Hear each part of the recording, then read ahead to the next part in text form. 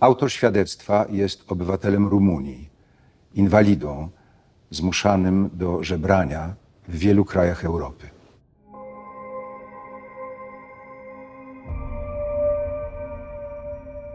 Jak to się stało, że wyjechałem na żebry?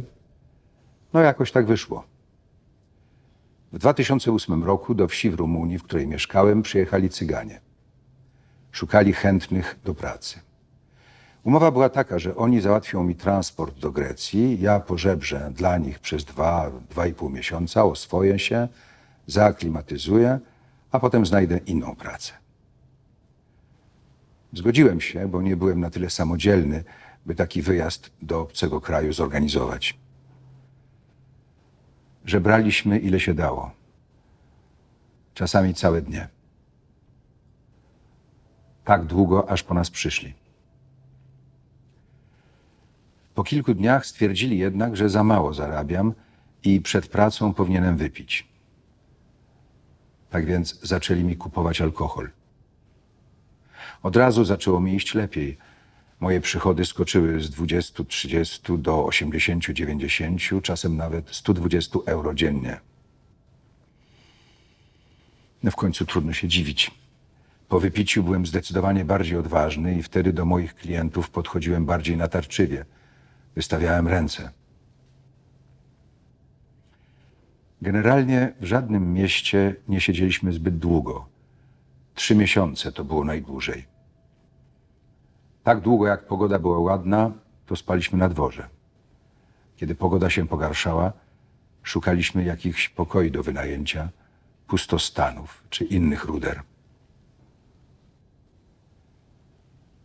Po 2 miesiącach powiedzieli mi, że nie mogę odejść. Jak zareagowałem? Chciałem się od nich uwolnić. Jak spotykałem kogoś, kto mówił po rumuńsku, to prosiłem go o pomoc. Ale nigdzie nie znalazłem wsparcia. Oni cały czas mieli mój dowód osobisty, tak więc musiałem do nich wracać. Bili mnie. Wciąż powtarzali, że do nich należę i powinienem się z tym pogodzić. Na policję chodziłem wielokrotnie, ale nie chciałem składać przeciwko nim zeznań. Było mi ich szkoda. Nie chciałem, żeby poszli do więzienia, choć to, jak oni bili innych, także kalekich, którzy dla nich żebrali, było przerażające. Patrząc na całą Europę, to najlepiej zarabiałem na Cyprze i w Tallinie, w Estonii. Tam od poniedziałku do czwartku zbierałem codziennie ponad 150 euro. Od piątku rano do soboty wieczór potrafiłem wyciągnąć 700–800. Po takich dniach monety liczyło się na kilogramy. Musiałem chodzić do specjalnych automatów, które zamieniały moniaki na banknoty. Wszystkie pieniądze oddawałem. W zamian były imprezy, na których nie brakowało alkoholu ani jedzenia. Nie kontaktowałem się z rodziną. Nie miałem takiej możliwości. Poza tym, co miałem powiedzieć rodzinie? Że żebrzę? W Rumunii byłem przez te 6 lat 3 razy, zawsze zaledwie na kilka dni. Oni podróżowali do domu częściej, wymieniali się. Czasem jeździłem z nimi, ale zawsze wiedziałem, że do nich należę i że oni mnie znajdą.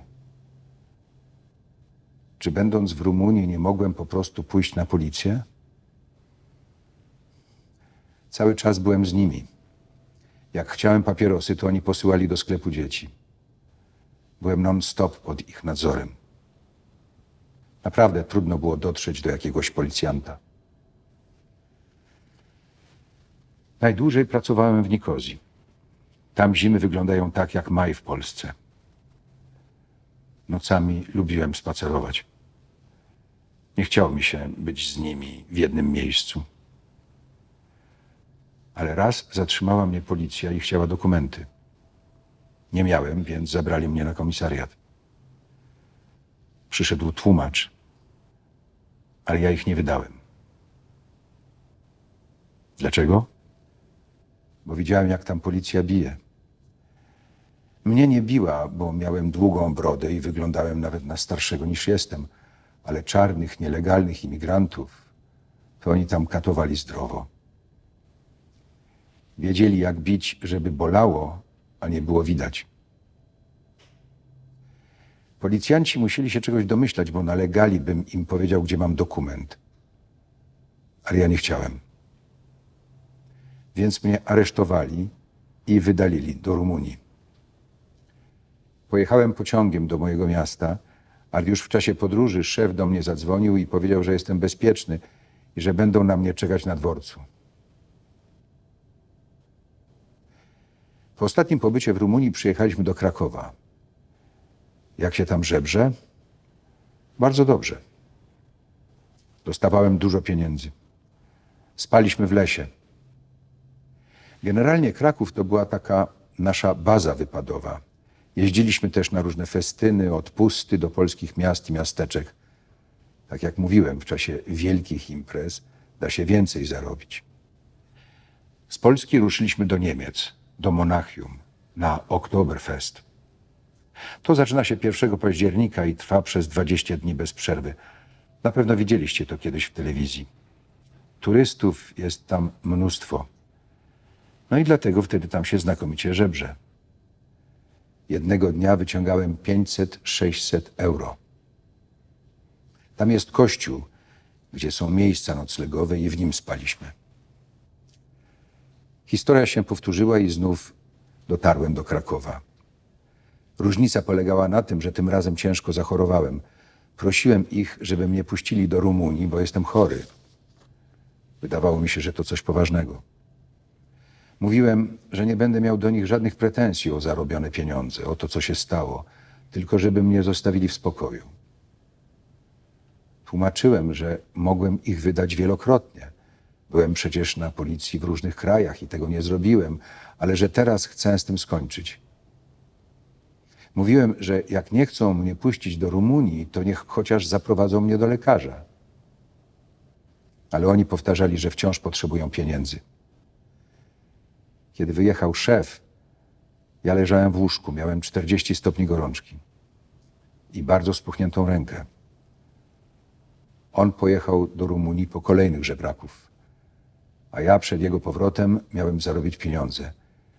Nie pamiętam już dokładnie ile, ale wyznaczył mi konkretne cele, więc zwlokłem się z łóżka i poszedłem na żebry. W momencie, gdy wsiadałem do tramwaju, upadłem. 2 kobiety pomogły mi wstać, ale znów upadłem. Ktoś zadzwonił po straż miejską, zabrali mnie do szpitala. W szpitalu pojawiła się Straż Graniczna, która prowadziła śledztwo przeciwko szefowi i jego ludziom. Na początku się wahałem. Nie wiedziałem, co zrobić. Byłem bardzo chory i nie miałem pieniędzy, by zapłacić za szpital. Uznałem, że skoro 3 razy przez nich siedziałem, to teraz ja ich poślę do więzienia. Powiedziałem funkcjonariuszom, że potrzebuję paczki papierosów, by zapalić i pomyśleć. No i opowiedziałem.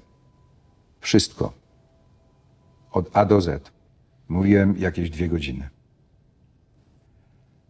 W sumie jestem im wdzięczny. Dotrzymali słowa, że zrobią wszystko, by sprawców ukarać. Dali mi czas, nie naciskali. Byli w porządku. To był początek października. Oni jeszcze nie są w więzieniu, ale wkrótce tam trafią. Ja byłem ich skarbem, maszynką do zarabiania pieniędzy. Oni kupowali za nie samochody, budowali domy. Nigdy nie dostałem od nich ani grosza, a wszystko, co zarabiałem, oddawałem. Jak widzę dalej swoje życie? Wrócę do Rumunii, do domu opieki. Do rodziny się nie odezwę, ale żebrać już nie będę.